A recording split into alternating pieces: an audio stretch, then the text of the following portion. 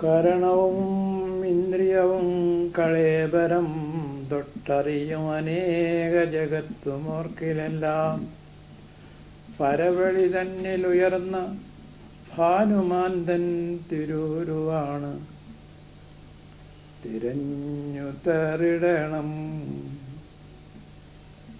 കരണവും ഇന്ദ്രിയവും കളേബരം തൊട്ടറിയും അനേക ജഗത്തുമോർക്കിലെല്ലാം പരവഴി തന്നിൽ ഉയർന്ന ഭാനുമാന്തൻ തിരൂരുവാണ് തിരഞ്ഞു തേറിടണം. We have these sense organs. The ear is hearing,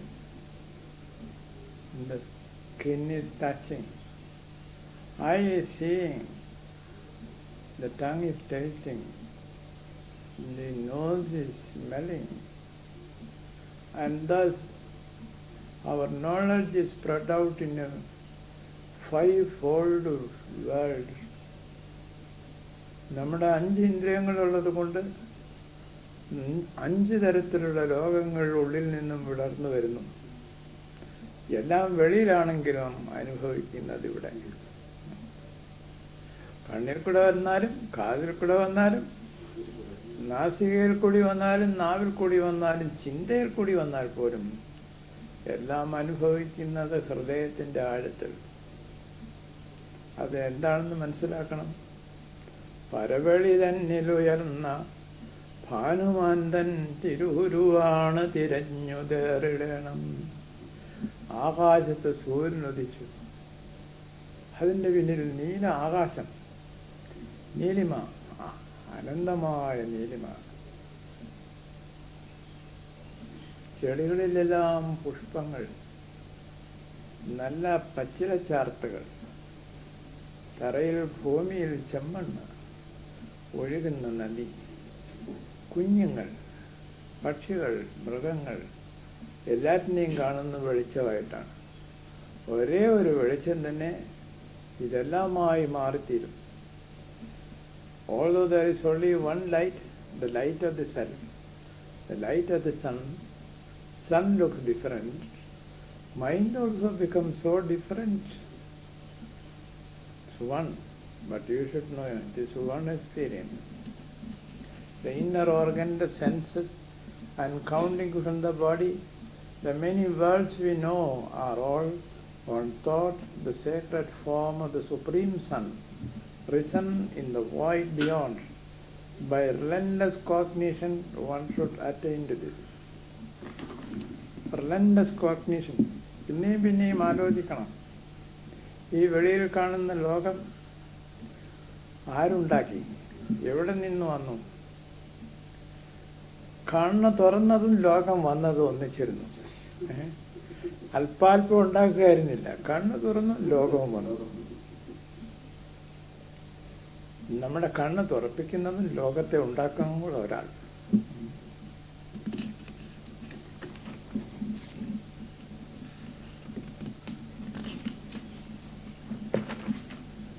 വെളിയിലിരുന്ന് വിവർത്തമിങ്ങു കാണും വെളി മുതലായ വിഭൂതി 5 മോർത്താൽ ജലനിധി തന്നിലുയർന്നിടും തരംഗാവലി അതുപോലെ അഭേദമായി വരണമോ.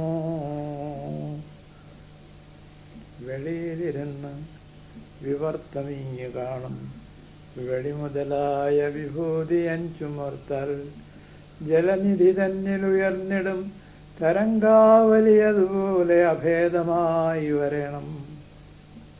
കാണുന്നതോ വെളിയിൽ, അനുഭവിക്കുന്നതോ അകത്ത്. ഇതിനകവേദ പുറവേദ നമുക്കറിയാൻ കഴിയില്ല. അത് കടലിലേക്ക് നോക്കുമ്പോൾ ഒരു തിരമാല, അത് അവസാനിക്കുന്നത് വേറെ തിരമാല, പിന്നൊരു തിരമാല, പിന്നൊരു തിരമാല, എണ്ണിയാൽ ഒടുങ്ങാത്ത തിരമാല. ആകെ ഉള്ളത് ഒരു വെള്ളം.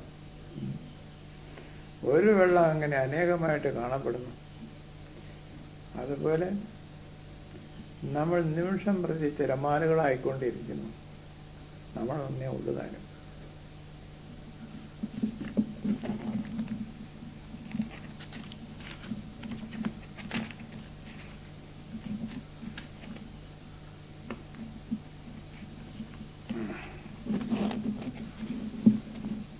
couple of days ago, I had a vision. That's almost 4 o'clock in the morning.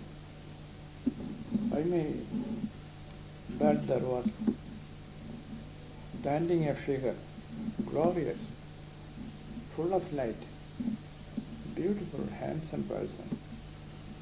I looked at him. He was looking into my eyes. I had never seen someone so beautiful. He was Jesus Christ. And he told me, you are a person who is trying to make differences all united. Look at my case. I am one Christ. But the Romans say I am Roman Christ. The Latin people say I am Latin Christ. The Suryani people say I am Suryani Christ. You tell me, am I Roman? Am I Latin? Am I Suryani? When you are here and you want to do this unification of everything, why don't you give some attention to this? Have you read their histories? I did not. But his face was so full of sadness that I did not dare to speak to him. You should read it. You should study these phenomena. I was reluctant to accept one more duty from Christ because I have enough work to do. So I kept quiet. Then he disappeared. In the morning I came after my bath, sat here. I saw a book here. But I did not see it until that day. So Indra told me that one Margaret came and wrote that book. It is called The Saint of Tadaga. That was of an Englishman who came and he became a priest here in India. He dedicated his life for unification. And then it gives in it the story of the Catholics, the story of the Latin Christians, the story of the Suryani Christians. Whatever Jesus wanted me to study, wrote in that book. How immediately after the dream the book came.